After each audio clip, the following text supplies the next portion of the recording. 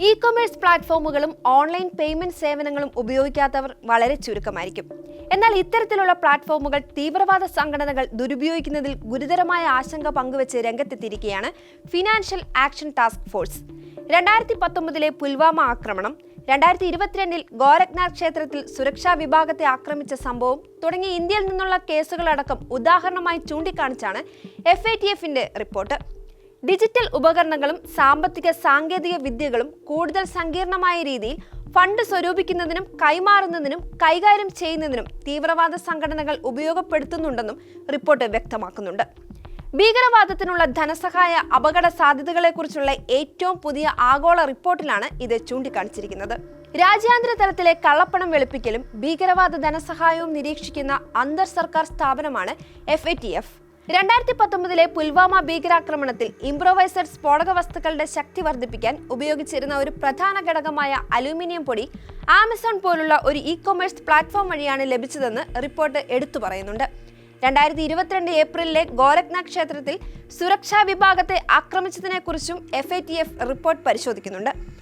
Islamic state പ്രവർത്തകരെ സഹായിക്കുന്നതിനായി PayPal ഉപയോഗിച്ച് പ്രതി ഏകദേശം 6.7 ലക്ഷം രൂപ വിദേശത്തേക്ക് കൈമാറിയെന്നും റിപ്പോർട്ടിൽ പറയുന്നുണ്ട്. തന്റെ ലൊക്കേഷൻ മറയ്ക്കാൻ പ്രതി ഒന്നിലധികം VPN സേവനങ്ങൾ ഉപയോഗിക്കുകയും 44 അന്താരാഷ്ട്ര ഇടപാടുകൾ നടത്തുകയും ചെയ്തുവെന്നും പ്രതി തന്റെ ഇന്ത്യൻ ബാങ്ക് അക്കൗണ്ടിൽ നിന്ന് VPN ദാതാക്കൾക്ക് പണം അടയ്ക്കുകയും ചെയ്തെന്നും റിപ്പോർട്ട് വ്യക്തമാക്കുന്നു. വേഗതയേറിയതും കണ്ടെത്താൻ പ്രയാസമുള്ളതുമായ ഓൺലൈൻ പേയ്മെന്റ് ചാനലുകൾ ഉപയോഗിക്കുന്ന പ്രവണത തീവ്രവാദികളുടെ നീക്കങ്ങളിൽ വർദ്ധിച്ചു വരുന്നുവെന്ന് ചൂണ്ടിക്കാണിക്കുന്നതിനായാണ് FATF ഈ കേസ് ചൂണ്ടിക്കാണിച്ചിരിക്കുന്നത്. കഴിഞ്ഞ ദശകത്തിൽ ഫിൻടെക് പ്ലാറ്റ്ഫോമുകളുടെ ദ്രുതഗതിയിലുള്ള വളർച്ച തീവ്രവാദ പ്രവർത്തനങ്ങൾക്ക് ധനസഹായം നൽകുന്നതിനുള്ള പുതിയ വഴികൾ തുറന്നു നൽകിയിട്ടുണ്ടെന്ന് FATF റിപ്പോർട്ട് സൂചിപ്പിക്കുന്നുണ്ട്. വ്യാജനാമങ്ങളുടെയും വ്യാജ അക്കൗണ്ടുകളുടെ ഉപയോഗം അനുവദിക്കുന്ന പിയർ ടു പിയർ പേയ്മെന്റുകൾ പലപ്പോഴും അധികാരികൾക്ക് സവിശേഷമായ വെല്ലുവിളി ഉയർത്തുന്നുവെന്നും റിപ്പോർട്ട് വ്യക്തമാക്കുന്നുണ്ട്.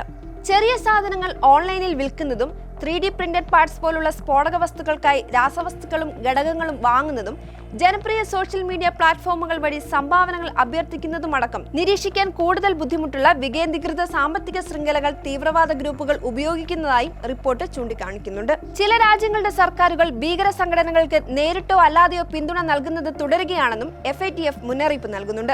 റിപ്പോർട്ടിൽ ഏതെങ്കിലും രാജ്യങ്ങളുടെ പേര് പ്രത്യേകം പരാമർശിച്ചിട്ടില്ല. എന്നാൽ വിവിധ പ്രതിനിധി സംഘങ്ങളിൽ നിന്നുള്ള തെളിവുകളും ഓപ്പൺ സോഴ്സ് വിവരങ്ങളും സർക്കാർ സ്പോൺസർ ചെയ്യുന്ന ഭീകരതയുടെ നിലവിലുള്ള അപകട സാധ്യത സ്ഥിരീകരിക്കുന്നുവെന്ന് റിപ്പോർട്ട് ചൂണ്ടിക്കാണിക്കുന്നുണ്ട്. ഇ-കൊമേഴ്സ് പ്ലാറ്റ്ഫോമുകൾ, VPN ഉപയോഗം, ഡിജിറ്റൽ സാമ്പത്തിക സേവനങ്ങൾ എന്നിവയുടെ മേൽനോട്ടം ശക്തമാക്കാൻ അംഗരാജ്യങ്ങളെ ഉപദേശിച്ചാണ് റിപ്പോർട്ട് അവസാനിപ്പിച്ചിരിക്കുന്നത്. തീവ്രവാദികൾക്ക് ഫണ്ട് സ്വരൂപിക്കുന്നതിനും ഉപകരണങ്ങൾ വാങ്ങുന്നതിനും ആക്രമണങ്ങൾ സംഘടിപ്പിക്കുന്നതിനുമുള്ള പുതിയ കാലഘട്ടത്തിലെ ഉപകരണങ്ങളായി ഈ സംവിധാനങ്ങൾ പരിണമിച്ചിട്ടുണ്ടെന്നും റിപ്പോർട്ട് ജാഗ്രതപ്പെടുത്തുന്നുണ്ട്.